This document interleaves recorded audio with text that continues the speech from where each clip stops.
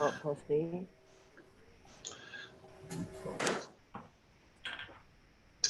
Doug's coming back, so we'll call the meeting to order. It's Tuesday, June 29th, 6 p.m. And I want to welcome everybody that's joining us on the live feed as well. And we'll call the meeting to order at 6:01. So I'll ask the clerk for the roll call, please.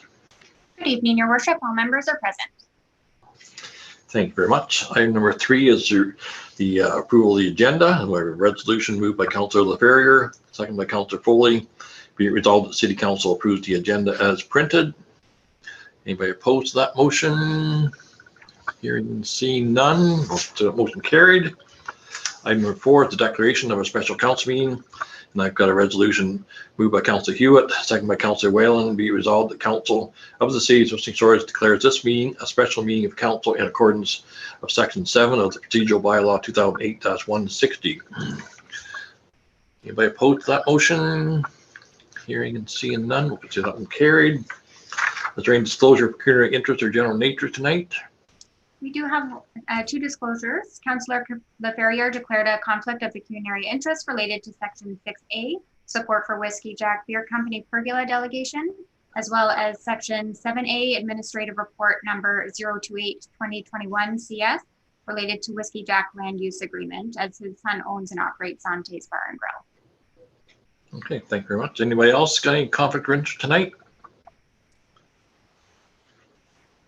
Hearing none, we'll move on to the delegation presentations, and Councillor LaFerrier has declared a conflict on this one. So Hugo Ribe is joining us tonight there as a resident and local business owner for Head to Toe Sportswear, and it's regarding the Whiskey Jack Beer Company pergola. So Hugo, you're live to go ahead. Okay, great. Welcome. Thanks, Mayor Kidd, and thank you to Mayor and Council for the opportunity to speak tonight. I'm just going to share a few thoughts on the patios that are downtown Haileybury today from a business perspective, and having seen the way they operated last summer, really without any trouble. They're a great addition to downtown, and I think everybody will agree that they've really helped bring some life back to downtown Haileybury. So really proud that both Le Tucton and Whiskey Jack worked with the city to get an agreement to use that green space that basically in the past was just weeds, more or less. You know, really they've beautified that area quite a bit, and just really want to support those restaurants and continue to have a good partnership with the city. I've read some of the package for tonight, so it looks like there's some kind of agreement that's going to come to fruition, hopefully. But I just wanted to tell you that from a business perspective, we're a lot better off having both those businesses operating with patios downtown Haileybury than closed up buildings and nothing there. They both invested many thousands, hundreds of thousands of dollars in their operations. And I just hope that council and mayor and council will continue to support them. And I'm sure that you will, because I think everybody wants the same thing. At the end of the day, we want a good, vibrant community, that's running on all cylinders. So it's just a few thoughts like that. And I just wanted to share that from the business community downtown Haileybury is very happy to have these guys running their businesses and investing money into making those patios a lot nicer than they were last year. So that's just my thoughts. Okay, well, thank you very much, Hugo, coming on tonight there. That's great. Anybody on council got any questions for Hugo at all at this point? If not, we'll move into new business. And new business is, as you say, the first item on the agenda is the Administrative Report 028-2021 CS, the Whiskey Jack Land Use Agreement. And I know this is a agreement that was signed back on June 16, 2020 with Whiskey Jack Beer Company. And it's basically laid out that the benefactor is hereby permitted to occupy and use the lands as generally illustrated. It is mutually understood that the patio would include such amenities as tables, chairs, benches, and lighting without the necessity to amend this agreement. And I signed this bylaw on behalf of council back in June, and the bylaw did not state that the benefactor could actually go ahead and build whatever he wants and ask for forgiveness later, which is basically what they're doing now. They're coming back to us and asking for forgiveness for what they've actually built there. So at that point, maybe everybody's got a copy of the report that was asked for at the last council meeting. Staff's presented to all council, and I'll open it up for any discussion that the councilors have tonight. Councilor Jelly. Yes, thank you, Your Worship. And Hugo, thanks for your presentation. I'm quite sure we're all of the same opinion. Getting to the issue at hand, there's really no argument here. We cannot allow that pergola to be built under the building code. We as council do not have the option of changing the building code, nor counseling our building inspector to do anything other than what's in the building code. So from my point of view, I asked for a report.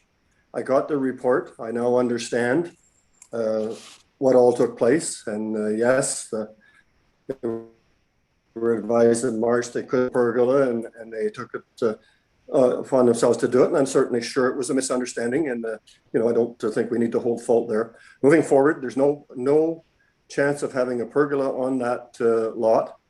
I understand there are chances. We have 3 resolutions ahead of us this evening to look into. I'm certainly in favor of moving forward and helping them to, establish something that is acceptable to the regulations and to council, and have them move forward with it and get on with their business.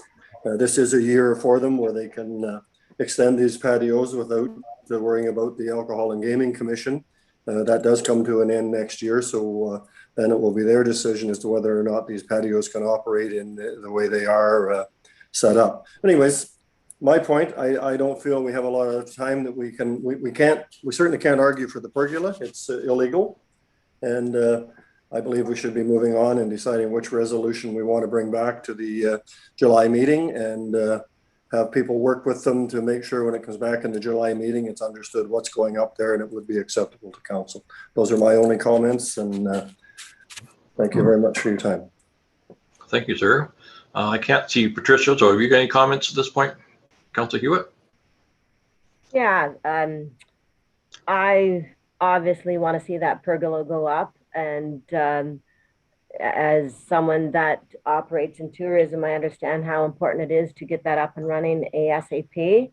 However, I also understand the fire code and the different challenges that it presents, as well as the liability should it not be adhered to. I want to see this project move forward, but obviously there has to be some changes in order to meet code as well. So I'm really hoping that can happen. Councillor MacArthur? Well, I think that I would like to hear a comment from Mike. I thought that's what we were going to hear tonight when Councillor Jelly asked for a report. I just like to hear his opinion and give us an opportunity to hear his side of this question instead of 3 choices. I think his opinion, and I believe Shelley, would maybe straighten out exactly what we're voting for and make sure we vote for the right thing. Did you want to make any comments at this point, Mike? Or, I mean, the issue is more whether or not they've abided by the original bylaw that we passed last year. But so yes, I could. Okay, go ahead, Mike. I could comment through you, Your Worship. I have no objections to any of the proposals, although I favor the first one. The building code does not address fences in any way. It doesn't even define it in the building code, and I have no objections to that construction whatsoever. Councillor Whalen? Yeah, thanks very much, Mayor Kidd. I'm open to moving this forward. Do have a couple of concerns, though. I appreciate Hugo mentioning that he was happy to see that we did have an agreement. So the problem now is that the agreement is being violated. So we have to keep that in mind. We do also now have the opportunity of bump outs. Because, we have 2 of them in downtown Liskeard now, proven pretty attractive. So there's also that opportunity to actually enlarge space, outdoor space for these businesses. I would like to see us make a note that any future agreements we enter into, I'm a little bit stumped as to how NOHFC can fund a project on municipal property without municipal participation. So we might want to add some wording to that effect. And regardless of good intentions on anybody's behalf, the city is still responsible for access to those utilities. Right. Yes, it's good for business, good for tourism, but in the end, we are still responsible for access to those utilities. If we're made aware of a natural gas leak at 3 o'clock in the afternoon, we can't wait 3 days for things to be dismantled. They're going to be in there with a backhoe before you hang up the telephone. So I'm not opposed to the interlocking brick, but again, council's responsible for access to those utilities. We have a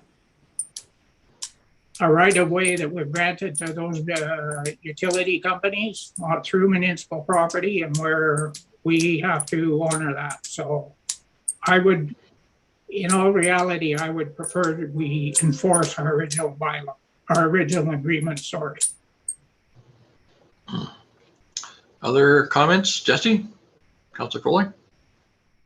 Yeah, I think I kind of followed Councillor Hewitt's. I mean, the pergola is obviously not an option, but the fence and the interlocking brick, to me, I think is a good compromise for these guys.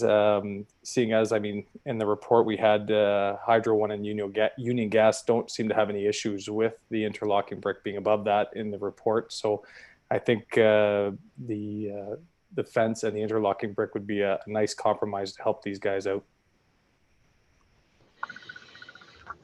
Yeah, and it's Patricia.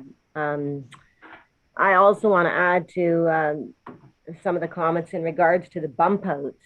I mean, that obviously may be effective for some of the businesses downtown.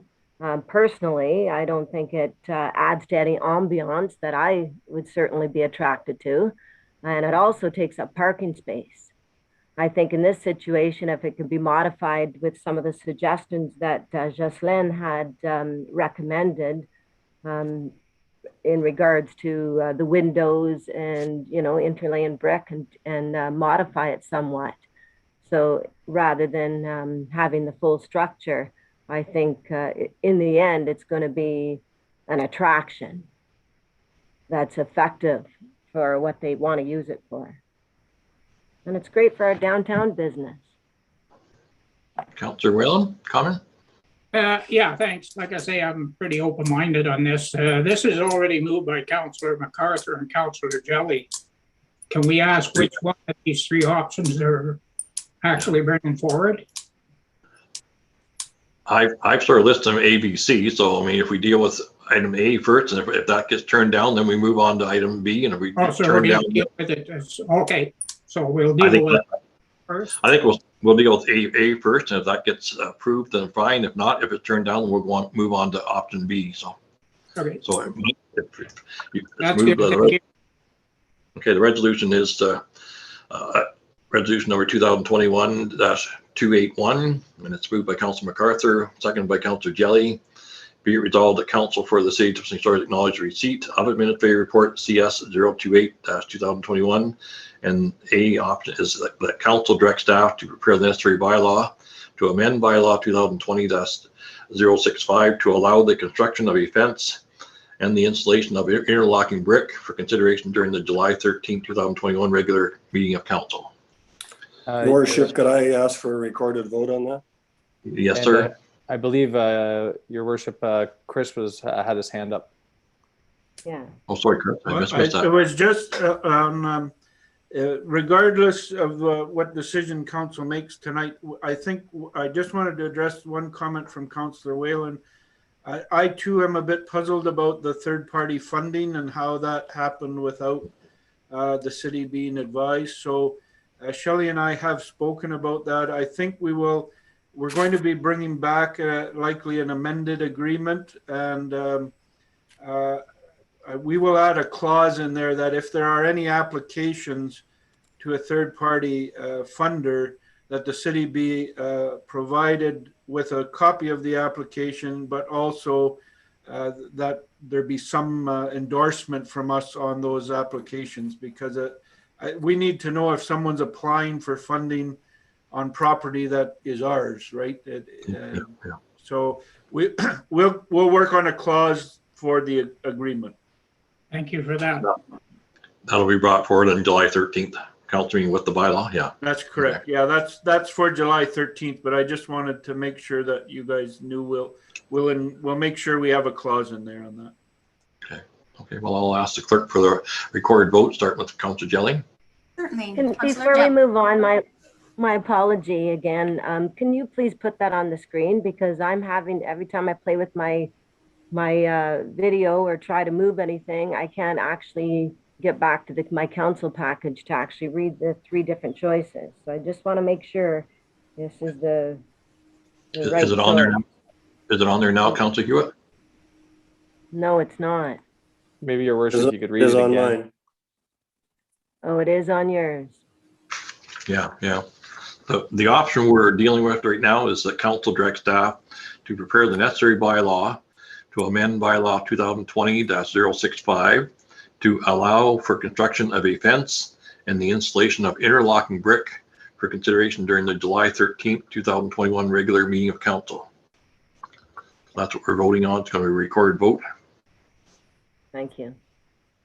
Start with Councillor Jelly. Thank you. Councillor Jelly. I'm in favor. Councillor Foley. In favor? Councillor Hewitt. In favor. Councillor MacArthur. In favor. Councillor Whalen. In favor. Councillor Ferrier declared conflict, and Mayor Kidd. In favor? Your worship, the motion carries.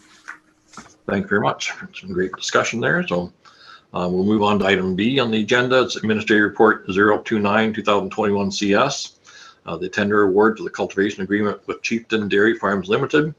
And I have resolution 2021-282, moved by Councillor Ferrier, second by Councillor Foley. Be resolved that council for the city Twisting Stars acknowledge receipt of Administrative Report CS 029-2021. And the council directs staff to prepare the necessary bylaw to enter into a lease agreement with Chieftain Dairy Farms Limited for the cultivation of land off of Grant Drive for consideration at the June 29th, 2021 special council meeting. So, anybody any comments on that before we vote? Councillor Whalen. Yeah, I just want to say, for the benefit of the public, I actually think this is a good deal, because to have someone take their equipment in for under 5 acres is, we can't expect to land a big contract. So I fully support this. Yeah. I mean, the normal rents are $100 to $120 an acre, but it's a very small parcel there, and it's part of the rest of his field. He's made it part of the rest of the field there, and he actually ran some of the tiles down through that part that we own as well. But we're not going to get anybody else to go in there. So any other comments? Anybody opposed to that motion? We will consider that motion carried. So, and item number 8, the bylaws. We've got resolution 2021-283, moved by Councillor Whalen, second by Councillor Hewitt.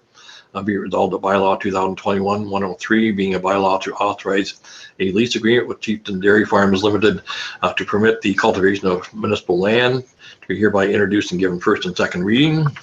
Anybody opposed to that motion? Hearing, seeing none, let's get that motion carried. Resolution 2021-284, being moved by Councillor Foley, second by Councillor Jelly. Be it resolved that bylaw 2021-103 be given third and final reading, be signed by the mayor and clerk, and the corporate seal affixed thereto. Anybody opposed? Hearing and seeing none, we'll consider that motion carried. And if there's no further business, we have an adjournment motion moved by Councillor MacArthur, second by Councillor LaFerrier, that we now adjourn at 6:20. Anybody opposed to adjourning? So we are now adjourned. The Ferrier, for somebody who wasn't here very much tonight.